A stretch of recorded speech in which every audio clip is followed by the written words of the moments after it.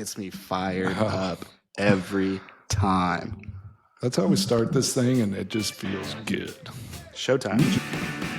Need a little band. Kicking it with the Crosbys. Yes. Well, we're back. It's me, Mason Crosby. It's Kicking It with the Crosbys. And my brother Reese is sitting across from me here. And we are honored to be joined by the one, the only Brentwood, Tennessee native, Lucas Patrick. What's up, Lucas? Nothing much. Little bummed y'all are down in the 615 and I'm not, but super stoked to be joining y'all in the virtual Brentwood. The Brentwood. Well, that's segues really well to why I'm even in this place right now, because you talk so highly of Brentwood and your childhood and growing up here, and what it meant to you, and you swayed me a little bit, but I think you swayed Molly a lot. She thought you were super intelligent, and you went to Duke, and so.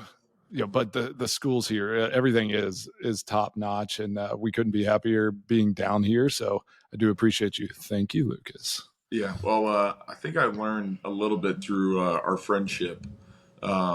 If I really wanted to hang out with you or get anything done, I had to go through Molly first anyways, especially with the big golf trip we took a few years ago that Reese got to hang out and just absolutely electrify the whole thing. So, I mean, that's how it goes. I just absolutely come out of nowhere, true underdog story, and just dominate. Yeah.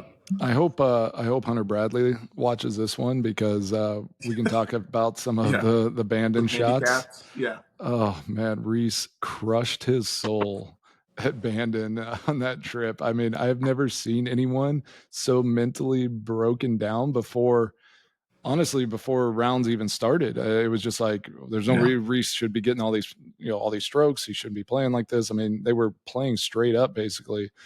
And then Reese hits a ball 2 fairways over. We won't see him for 30 minutes or 15 minutes, whatever. He's walking over. Oh yeah. And all of a sudden, ball hybrid over the gorge onto the green. And that's what literally he did that twice whenever he and Hunter were playing in the same round. And like Hunter was like, I think taken down like to his knees and just defeat instantly. Reese was in his head. It was over. Yeah. All I can tell you is fairway golf is fairway golf. It doesn't have to be the one you're on. As long as you're in the fairway, you're in the fairway. I mean, let's get real. They give you 18 to choose from. Why stick with one? You pay for the whole course. You might as well use the whole course. Exactly. All right, Lucas. So let's talk a little bit about our time there in Green Bay and kind of your journey on even how that ended up being the spot that you got to in your first NFL team. So I want you to talk a little bit about growing up here in Brentwood, what that meant to you, how it led you to go to college and what you did there, and kind of your journey, and just kind of share with everyone what that looks like. Yeah. So from Brentwood, Tennessee, for all the Tennesseans out there, I guess I should claim Cool Springs, which is a little smaller subsect. Grew up there. Mom and sister, we lived there. Grew up going to Lipscomb, then Brentwood Middle. Shout out to the Vikings. Then I was a Brentwood Bruin. That's right. Awesome community. It was a place that people wrapped your arms around if you're there. Like once you're in the community, everyone's willing to help out, whether it's getting stuff done on the side at your house, or need help moving, or schools, all the numerous teachers and coaches I had. Super influential place. The church community I had there was awesome, and the people who helped kind of mold me into a man, and see life with a little bit of grace. So super thankful for all those people, and because of that, I was afforded an opportunity to go to a prestigious university. Went to Duke in 2011 on a full ride through a football scholarship. Had a blast there. Got to play under David Cutcliffe. So growing up in Tennessee, Coach Cutt is kind of a living legend. I mean, he was the OC in the Manning years, and then he went on to Ole Miss as head coach and coached Eli. So when I had the opportunity to play for him, kind of jumped at it. Awesome time there. Kind of turned the program around. Really solidified it in the ACC when I was there, and got a great degree. And probably the best thing that came out of there is I met my wife, now wife, and we've got a daughter now, which is man. Yeah, talk about Annie. Talk about Eloise and the life. Being a dad. Yeah. Oh gosh, we can go on that for a little bit. But Lucas Patrick's a dad. Who'd have thought? I know. Yeah, not a lot of people. No, yeah, met my wife there. She was a full scholarship tennis athlete, and smart, beautiful, driven, everything. And I knew if I was going to get into a good school like that, I better leave with an even better woman. So fortunately, she's dealt with my kind of spontaneous, crazy, fun, happy-go-lucky way I like to live. And started dating, and that's kind of when Green Bay came into the picture, and walked into a locker room of a bunch of veterans. And luckily she was there by my side, because showed up to Green Bay as a tryout player. So draft happens, I know y'all kind of know this, but for all the listeners, the draft happens. Great. Awesome. Congrats to those guys. Then there's undrafted. Those guys get a little bit of money to sign. And then I was below that. So I had a $0 signing bonus to play in the league. Ended up not making it that. Yeah, didn't make it that weekend. Came back a few weeks later on a tryout again, and stuck it out. Did the first year on P Squad, and leaned a lot on my wife because she had an awesome job. Still works for the Nike World Headquarters in Portland, Oregon. And so spent the off seasons out there. Pursued her, and she pursued me, and was a huge support for me. And we ended up getting married in the heat of COVID in 2020, and that was the year probably my NFL career really took off. Started, I think, almost every game that season. It's getting to the point now where I've played so much, I'm having trouble remembering. But 2020 and 2021 pretty much started that whole year, and had a great run in Green Bay. I count that 2016 NFC Championship like I did something, but I was on P Squad the whole year. But technically, been to 3 NFC Championships, and won quite a few NFC North divisions. And I feel like it counts being on P Squad the whole year, or else I don't know what Mason's career looks like. So I guess P Squad I think matters. Yeah. Wait, what is that? My whole career looks like? What is that? Well, you're just on P Squad all year, so if Lucas says it doesn't count, then I don't know. This last year, yeah. Thanks. I just did reverse. Lucas. I'm like, I'm practice squad at the towards the end of my career here. It's like, okay, I didn't get to experience all that. I just kind of want to see, you need to see what that feels like. Side lived like. Well, I mean, you're one of my all-time favorites. I mean, I say one of. I mean, you are my favorite teammate. I appreciate that. One of my best friends, and again, there are countless stories that we could tell on here, but that kind of stuff, like what you talk about and how you seized every opportunity to and you did it with joy and like energy. And I think honestly, that's probably what sold Molly for sure on, okay, well, Lucas is amazing. She doesn't know everything, but she doesn't know the influence you can be, but no,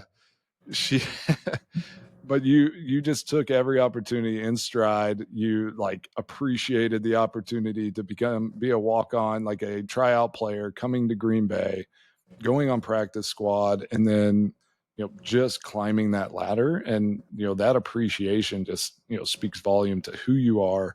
And I just tell everybody, you're the type of person that every NFL roster needs on their team. I mean, every football team needs a guy like you, because it's special, it's infectious. Everybody just feeds off of your energy. And I know when you were on our being on your team for all those years, like if I ever need any juice, I knew where to go. And it was like, and every time I kicked a extra point or a field goal or anything, and you right there, we have some great shots of us, hitting golf ball, like pretending to hit, golf shots together and we celebrated after every extra point and field goal. I knew I was going to go to you and we were going to have a little something there.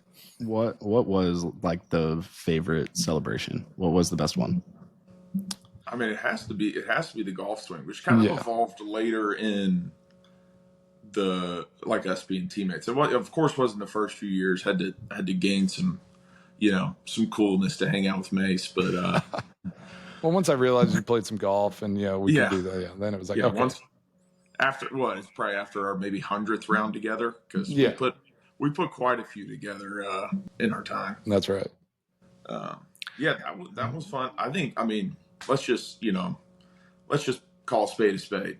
No NFL kicker probably wants to kick in that weather. No guy, like, everybody wants a dome. So, like, for me coming up, like, not to age you down there, Mace, but like, you're more than welcome. You're more than welcome to age him. Go ahead. As a kid growing up, like, I remember the commercials. Reese encourages that. Yeah. So it's like, to get to play with a legend is cool, and it's like, celebrating with our little extra points, or like some, because in the game there's field goals where it's like, hey, it's a 14-10 game and going up 17-10. Like, to everyone else, like, that's not the biggest field goal, but like to the offense or like the rest of the team, it's like, hey, that's a full possession now. Like, that's a big time. So those are fun, but like the game winners, like, it's hard not to fault up our guy and say that celebrating the game winners aren't the most fun. They are some fun. Yeah, I know. And that's a thing that, kind of outside of the locker room and the team stuff, that I always try to tell people. I'm like, y'all see the game winners, you get excited about a game winner, which, yes, it is.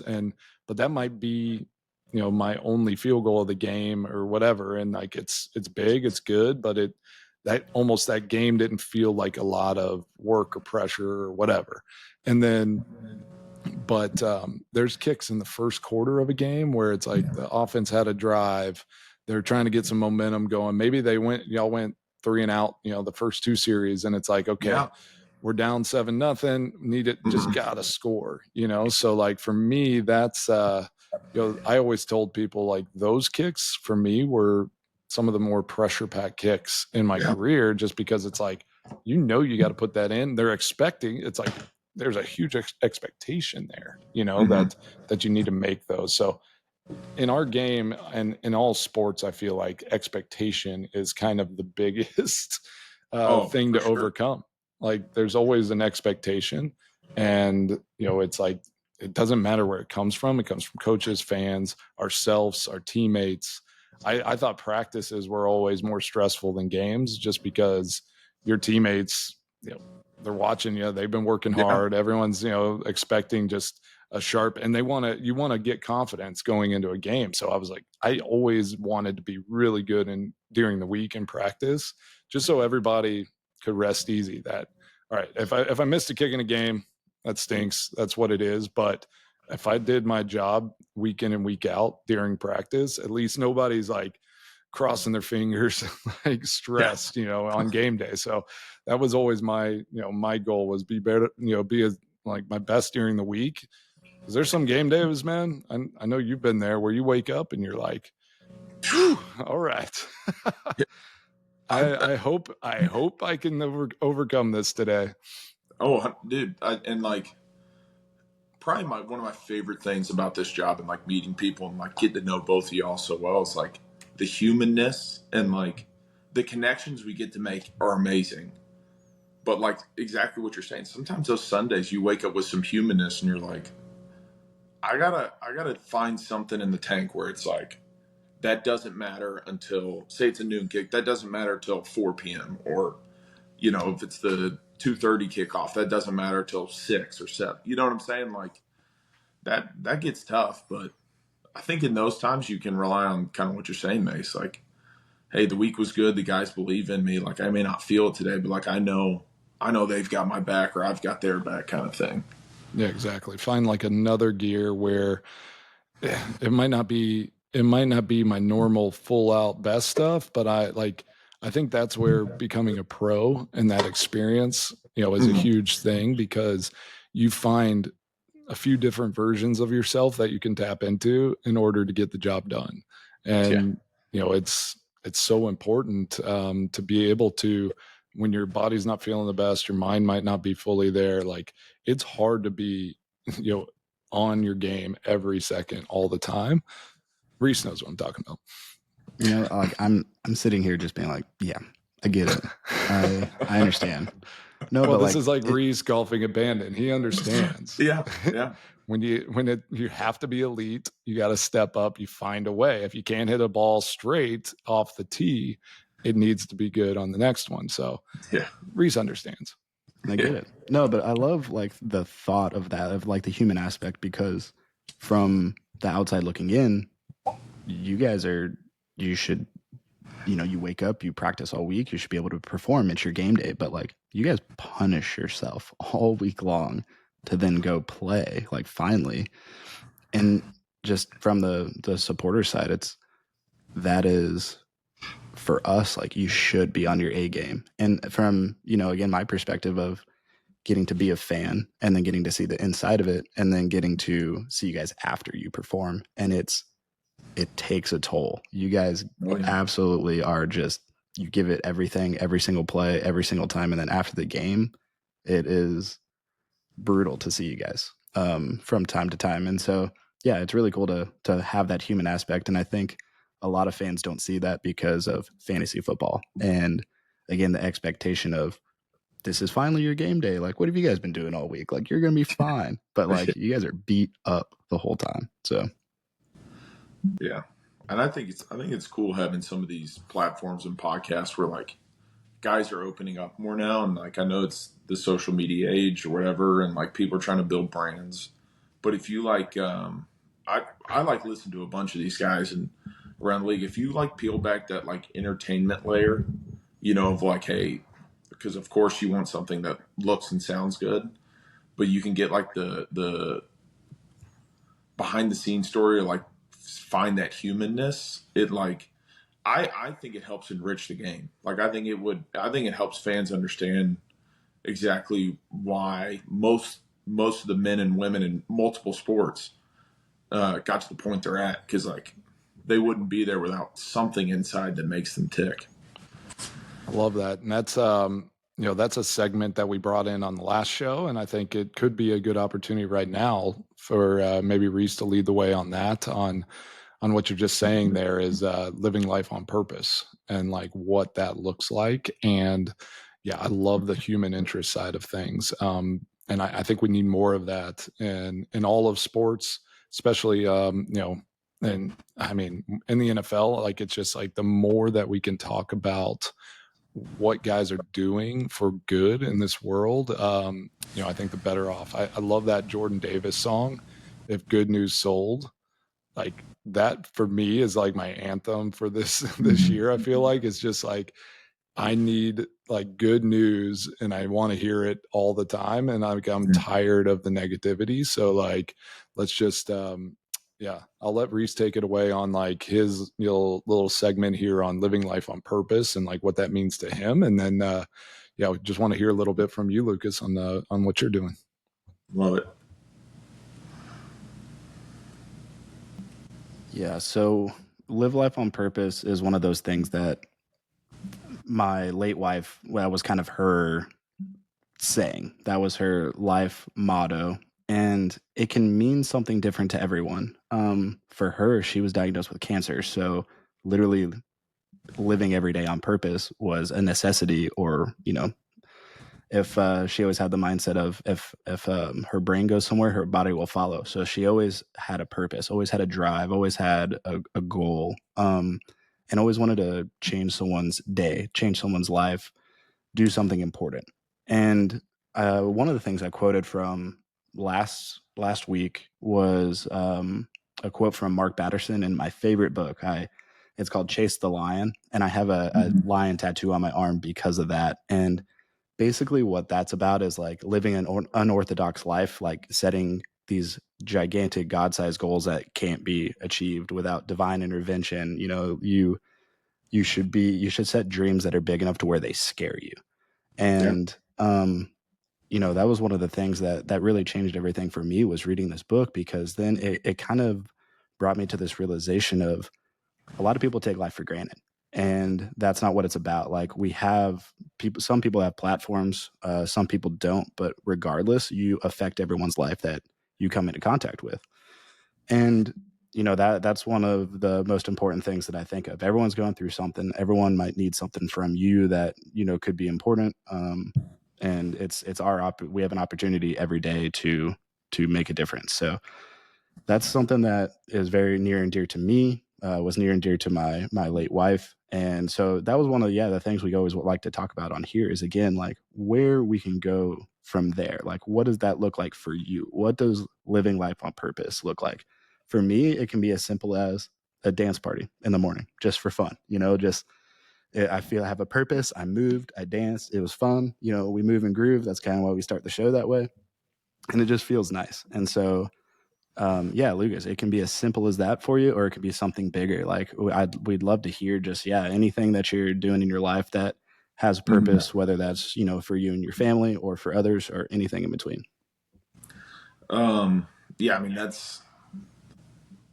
it's like something that's hard to just like dive into, because I think for most people, and you shared it very eloquently, but like living life on purpose, and that, like, yours is what, 10, 20 layers deep of stuff that gets you to a kind of that point where you can say, like, this is exactly where I'm at. I kind of hinted at it earlier, but I grew up single parent, and had an amazing mom. She did like, for me to be where I'm at, from the decision she made, from taking us and putting us in Brentwood to where I'm at now, like, if that doesn't show you that there's grace and kindness and divine intervention, I don't know how else to share it to you, tell it. But because of that, since I was like a kid, having a dad that wasn't there, and then kind of seeing a world of football that is this, I don't know if manufactured manliness is a way to say it, but it's a sport that boasts, manliness, testosterone, warrior mentality. And I kind of found a love in that, and have, if I'm being honest, ridden that for a long time, where it may look like that is what I want to be or do.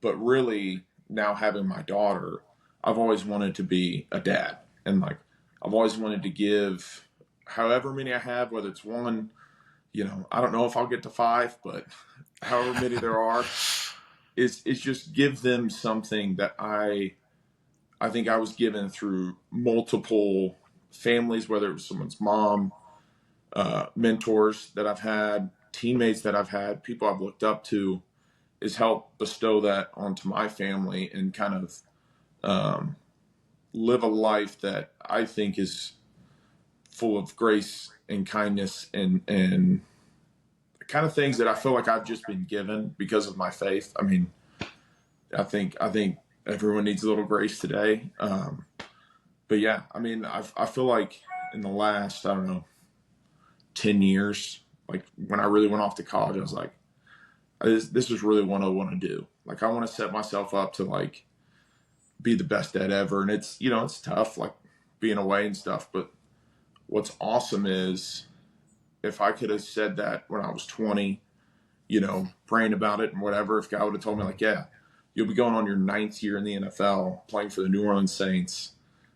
Your wife will be working at Nike, and you'll have a beautiful daughter that's doing well, and be able to provide everything you could ever think of for your family to be happy. I'd have pinched, like, I've done more than pinch myself. Like, I would have, ran laps around wherever dorm room I was in. But I think and the other thing too is, like, I think a big part of living life on purpose for me is, I feel like I owe it to other people to give out the kindness and grace that I was given. And like, the numerous people who along the way in my life have kind of come in at the right time, or I shouldn't say come in, God's put in my life at the right time. So that's kind of helped segue things to where it's like, if you are drifting or if you're going the right direction, it kind of bounces you back into those navigational beacons. But yeah, I'm just trying to be the best dad, husband I can be. I mean, I don't think there's any greater responsibility in life. Yeah, you're on a heck of a journey with that, man. Like I can see it all the time. Like you're one of the most generous, genuine guys out there that where it's like you're going to show up, you're going to be all in, you're going to get it done. I mean, you've come to my mom's charity event in Georgetown, these last four years, and you buy a team. You don't just show up, do anything. You put a team together, you go out there. It is fun. I will say we tried to win it. We tried to win it this year, but we didn't get it done. I mean, I think some people cheated. You guys tried to rig it, and you still didn't win. Down. I literally doubled down. I was like, I'm getting my team, and I'm paying for Mason, hoping that would help us. Man, I thought we played pretty well, but we had a minus 23 or something like that came in. Yeah, we just didn't have enough firepower that day. I mean, not that day. We tried our best. That's all you can do. But again, yeah, you always live your life on purpose. I mean, you live everything to the fullest. You and Annie, I mean, y'all are just so much fun, and you do things the right way, and you care about people the right way, where it's like you're going to show up, you're going to be all in, and you're going to give every bit of yourself, not just kind of, I'm here. I'm going to just kind of, move around the situation, which is just so admirable and awesome. But let's stop like tooting your horn a little bit. Yeah, I'm fed up with this. Hands up, yeah. I'm uncomfortable. Seriously. I don't know this is stuff. Yeah. I mean, I don't I wouldn't say this to your face, just in private. So I don't know why we're putting this out there, but usually we're virtually in a private meeting. So it's just going to be broadcast across, millions of countries. No big deal. Yeah. Did you say millions of countries? What? Yeah. How many countries do you think there are? Can we edit that? You went that's to definitely Duke. Staying in. You went to Duke and you're millions of countries. It's millions. Colonization, I don't know. Science. What? Oh gosh. You're just saying words. Oh gosh, I got to talk to Molly tonight. Why did we come to Brentwood because of Lucas? What just happened? So Mason and Molly are moving now because I just put my house for sale. Well, there's millions of other countries you can move to. So there's so many to choose from. I could choose from a million different countries. I can't even imagine how many states there are. How many states are there? There's billions. And then trillions of cities and gazillion counties. We're to the moon. We're to the moon geography. There's hundreds and hundreds of stars in our galaxy that are just a couple dozen. There's just a few up there, but the countries are bountiful, and we can go to all. We can choose wherever we want to go. But honestly, you two, I'm gonna hit are one of the main reasons that I'm here in Tennessee as well. So this is kind of fun that we're getting to chat about some of that. I do think, Reese, do you think it's time to start talking about little soccer, or and try to get some get Lucas's knowledge on things? I wonder if he studied up at all. As I asked him who his team is that he might support, and he had to think for a second. And I don't think he has a European team, but he might have a MLS team. So who in the MLS would you say you support? And it's almost out of proximity more than actual fanship. Okay. You could not come across a bigger Timbers fan. The millions of games that I've been to. Millions of games. No, I love it. I love it. Now we're just taking it there, all the exaggeration. Move to Portland because Andy's from there. Works at Nike. I have attended, I think, 3 Timbers games. I will say, the atmosphere is electric there. They got a saw when you score the goals. Yeah, I've seen that. It's really fun. So that's it. The cutting of the logs and the scoring of the goals and has really sold me on just being a diehard Timbers fan. So you're like an atmosphere guy. It's all about the atmosphere. Yeah, I will say he's a vibes guy. He likes to feel good Vibes. about what the is situation. I will pull up for the soccer fans. I had a buddy from South Africa who I went to high school with. One of his favorite movies, and I would not suggest watching this unless you're old enough, but Green Street Hooligans. Yes, I was hoping you were going to say that. Yes.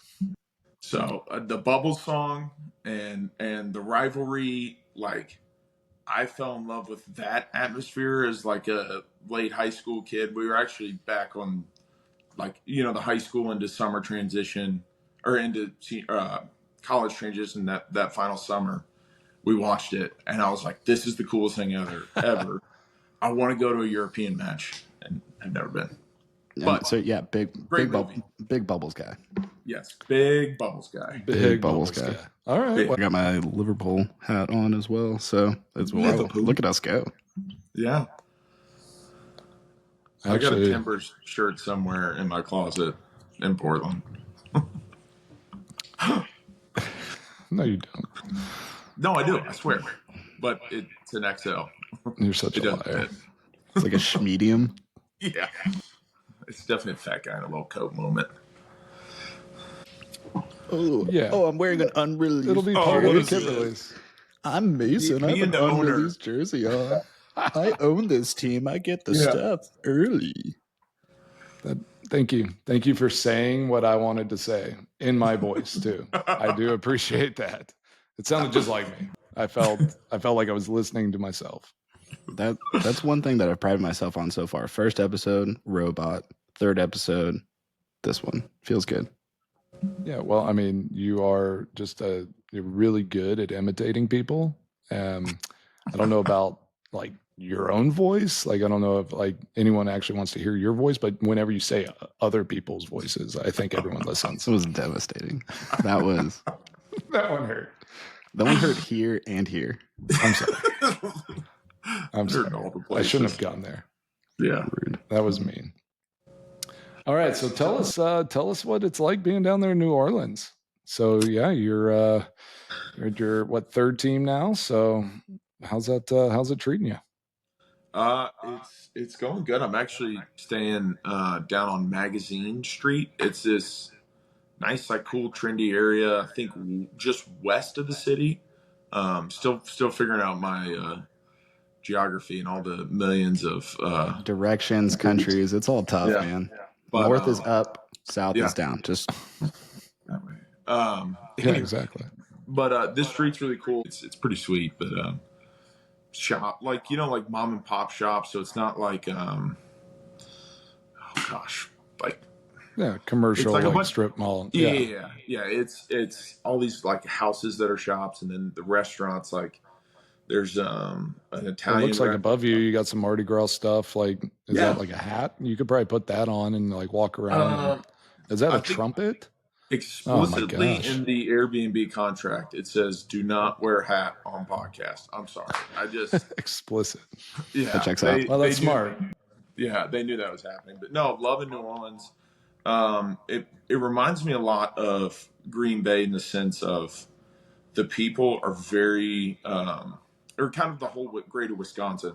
Like people are very proud to be from New Orleans, very proud to be from. They call them parishes, but the smaller, I guess, towns, townships maybe, and the high schools. Like wherever you went to high school is big, and talking to people and to say, hey, I went to this high school and I graduated there in 2008. Like, let's connect. And they're also resilient. I mean, to be here, very recently after Ida, and then everyone knows about Katrina, and like how these people are so welcoming for everyone who comes in is so cool. And like they want to show their city off. They want to show off the good parts, which is of course cuisine, which I've been eating.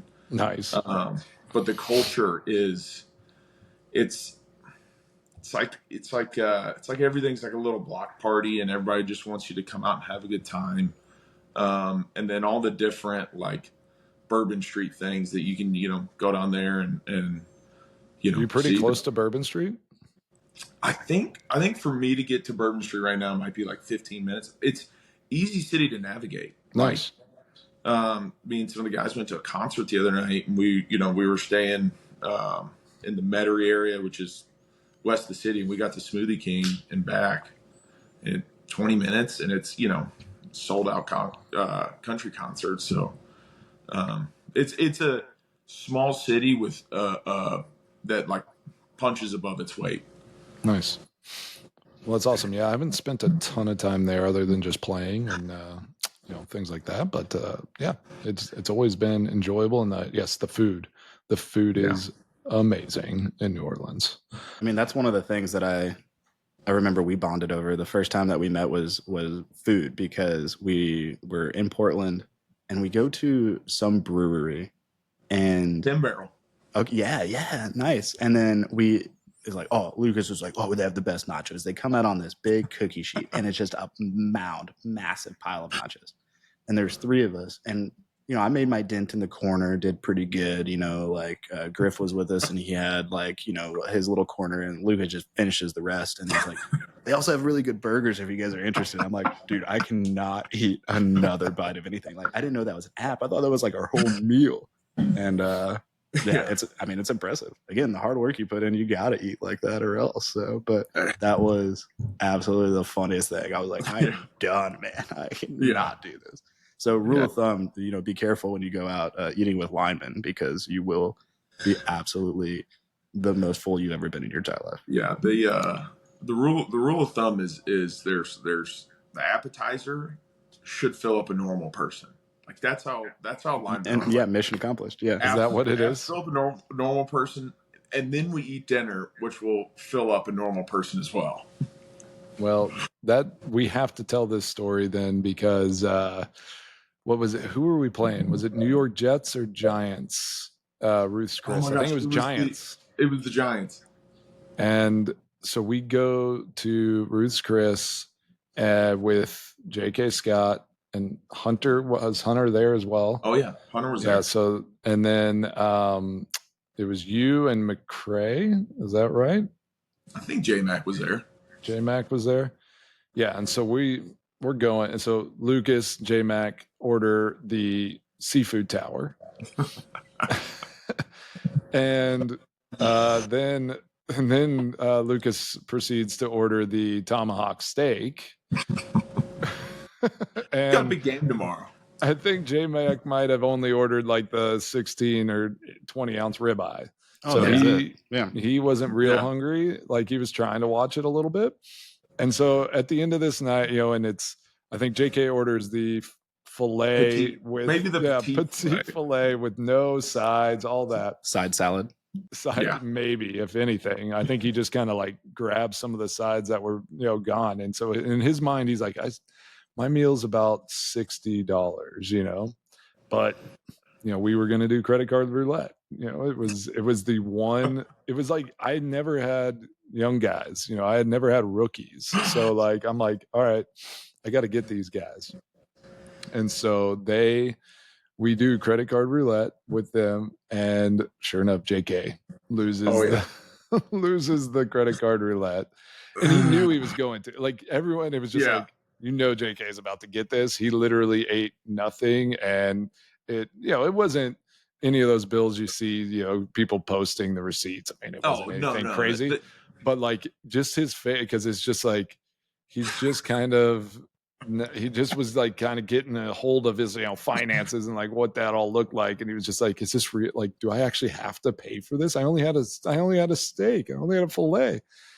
Oh man, that was such a funny, like his eyes were just like he just kept. He's like, I don't know if I have enough money on my card. I don't know if you put your card in, you're playing. Yeah, exactly. Once the card's in, there's no backing out. You come to dinner with offensive linemen, I feel like, I'm not sure, it's never like you don't. Anytime O linemen go out, I think that's why they eat and order so much too. They're like, hey, we'll just play roulette. Odds are I might not have to pay for this, so I'm just gonna eat as much as I possibly can.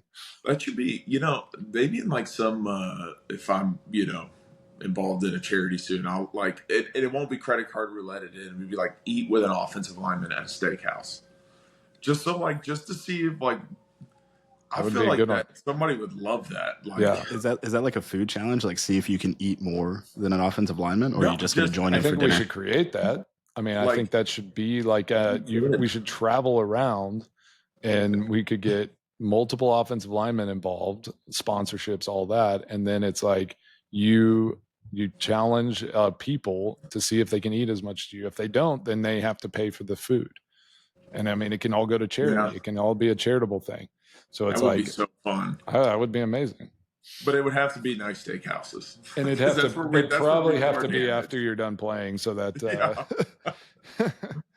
Hey, coach, I missed my weight by 20 pounds this week. It went to charity though. So. I had 10 food challenges. I couldn't back off of them. Yeah. I had to take these. Yeah. A couple of them weren't for charity, but the others were. Yeah.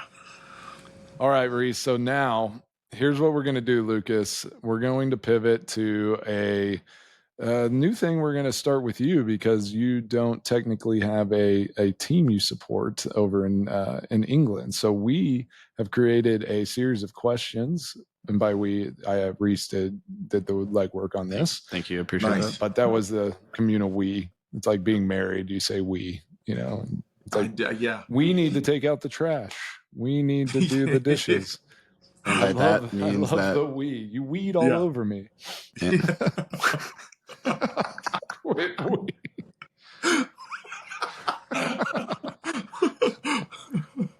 I'm taking good. that. You like that? Good. All right. Yeah, I like that one. That one hit me right. Okay. So we I almost did it again. We had the idea to create a I don't know. Are you I don't know if we've actually ever talked about this. Are you a Harry Potter fan? Seen the movies, didn't read the books. Okay. Wife is a huge she read the books in both English and French. Okay, and I know this is this actually could be one of the most controversial things we do here because some people are you got the diehard Harry Potter fans and you got people that are just like, oh gosh, nothing. No, Harry Potter. Entertainment factor super high, storylines amazing, acting was great.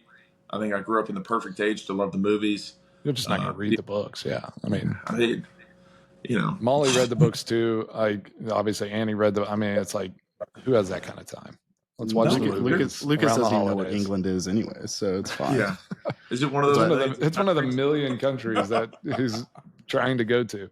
That's why I struggle. There's so many.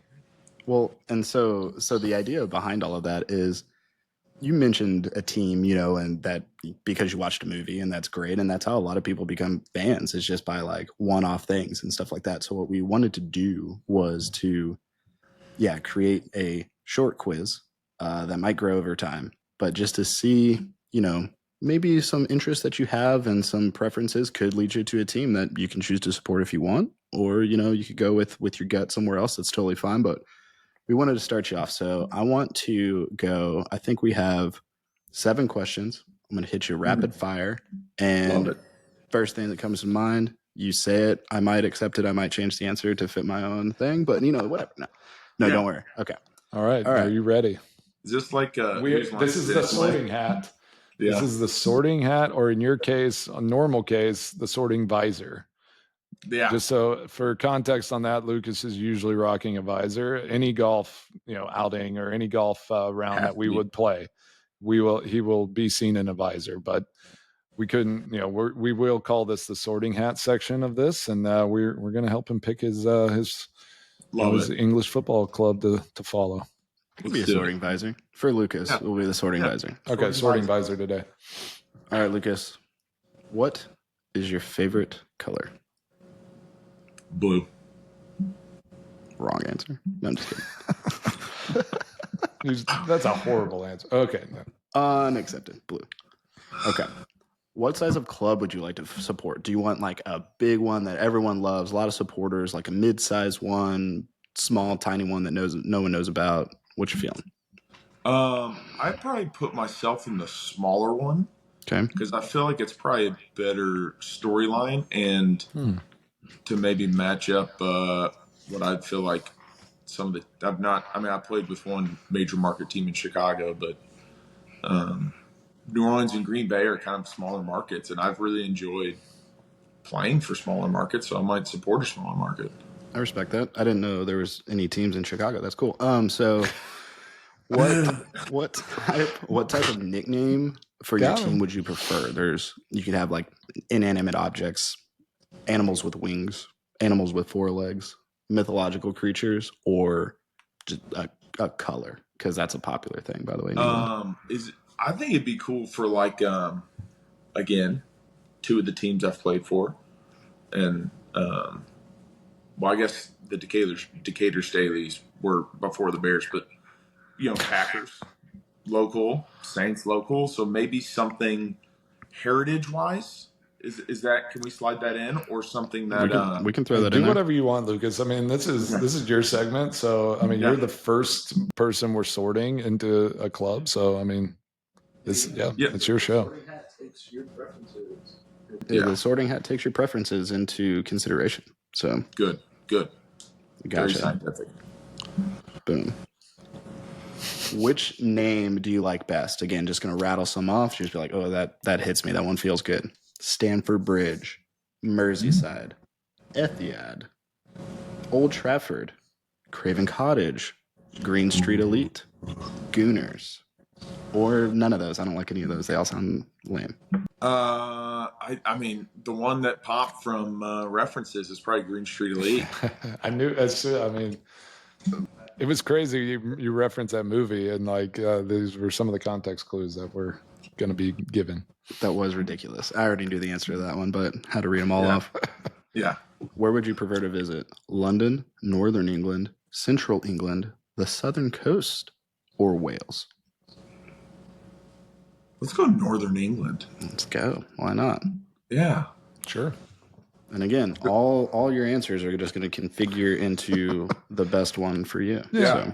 So, Exactly. I can feel the science flowing. Yeah. It's a really detailed algorithm that we've actually created, for this very process. So welcome to the future. I feel honored.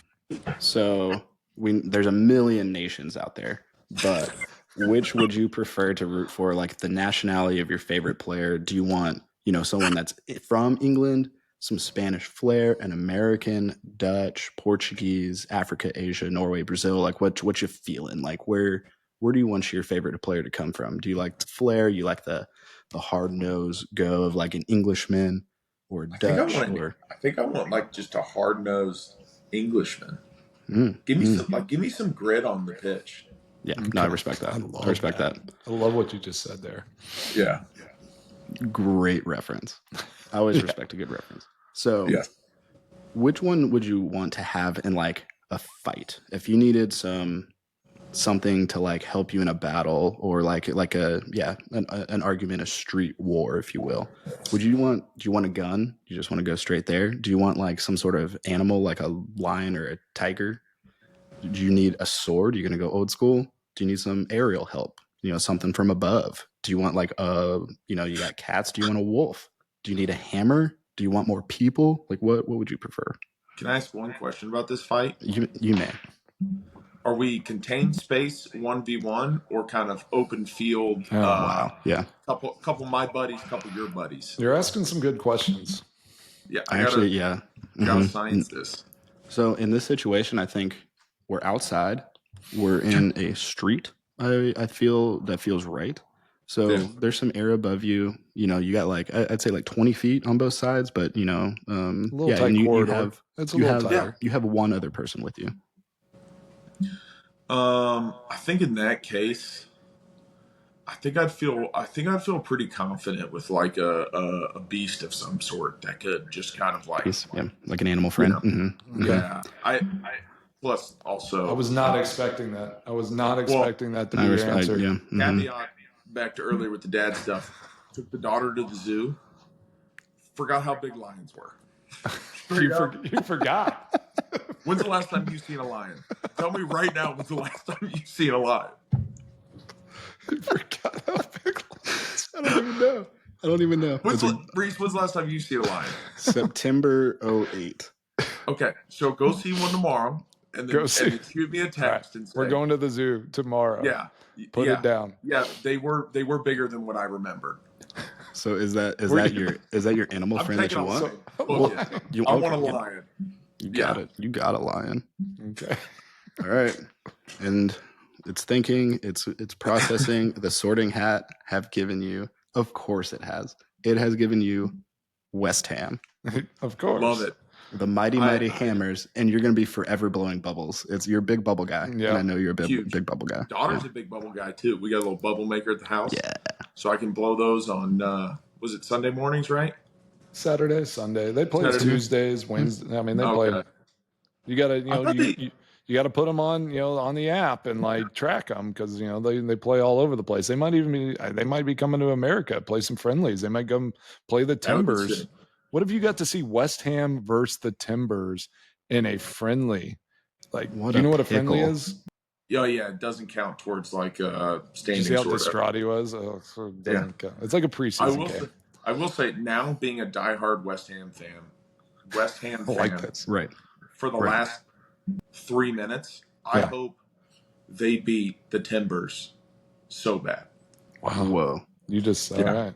But that's what it's about, though. You just committed fully your full life to West Ham. So, like, you have to just make that. You have to make that statement and that commitment, which I appreciate.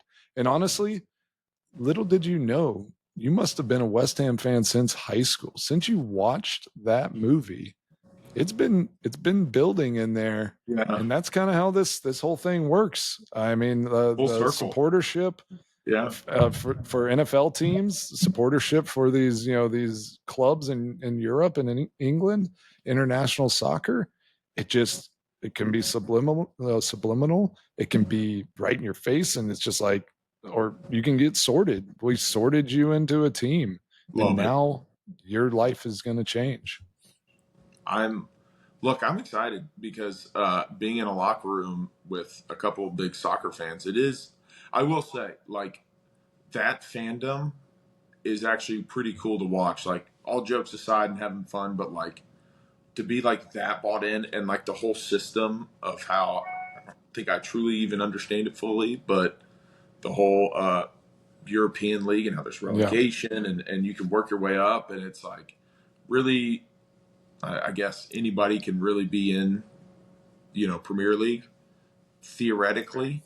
You can work your way to the top. Yeah, I mean, it's there's underdog stories that can be written every year. It's and just devastation can happen. It was like for a while, Everton got penalized some points this year, and they were on the brink of relegation had they not started to perform down the stretch. So it's like that would have been unheard of if a club like that to drop down. So yeah, it's it's a really cool system, and I'm really glad now that you're part of the the supportership.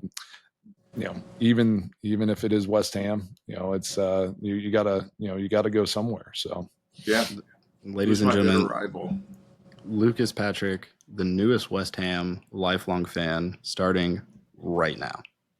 I can't wait to see. And it's like the movie, it's like a new baby announcing a baby to the world. He's adorable. Look at him. The real question is, if I order a jersey tonight, are they European cut or can I get like a 5XL? Which one do you want? Do you want a European cut? All right, we gotta talk. We'll get a hold of West Ham and we'll see what size they might recommend for you. Yeah, you're gonna need a 7XL.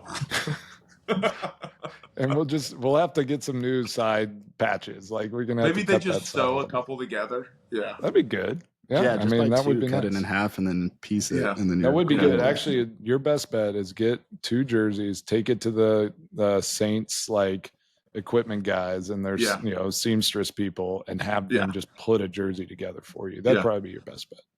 It would probably look even better too. One of one. One of one. That's who you are. You are one of one. Well, Lucas, man, it's awesome having you on the show with us. I mean, this thing wouldn't be the same if we didn't have you rocking early on here. So can't tell you how happy I am that you got on a team there with the Saints, and tell Annie and Eloise hi, and and enjoy your last couple weeks there in New Orleans, and then I'm going to see you in Portland in June, 2 weeks. Yeah, end of June. Yeah, so 2 we're going to weeks. tee it up. Yeah, show you around the old Pumpkin Ridge. Show you what a pumpkin 8 looks like. Oh, gotta see that pumpkin 8. No one's gonna understand that. That is so inside, like a pumpkin 8. That is a deep inside joke. That's a deep one. Yeah. We'll get into that. We'll get you on another time, and we'll talk about all the pumpkin 8s, pumpkin 5s, all those types of things. So. Well, Lucas, appreciate you, and we'll talk to you next time. All right, thanks, fellas. Kicking it with the Crosbys.